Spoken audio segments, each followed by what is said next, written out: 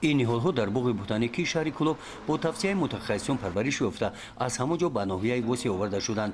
در مؤسسه تحصیلات میانه عمومی رقم 11 در ناحیه وسیع در قطعه‌های علاوه برای شنیدن این نیهول‌ها زمین را با مصلحت متخصصان آماده کردند و با شنیدن چنین نیهول‌ها امید به آن را دارند که با سری وقت تامین نمودن اوضاع قواری در شفت نیهول‌های کلان آنها خوب پرورش می‌یابند. با همین ترتیب امسال در این مؤسسه صدها بیخ-نیهول‌های آرایشی و سویافکن شنیده شدند. از بس که مؤسسه تحصیلات میانه عمومی رقم 11 ناحیه وسیع در شفت شاهراه دوشنبه کلوب قرار دارد، ما کلکتیو آموزگاران تصمیم گرفتیم که این منطقه را با درختان سایه‌افکن و آرایشی سبز و خرم نگه داریم.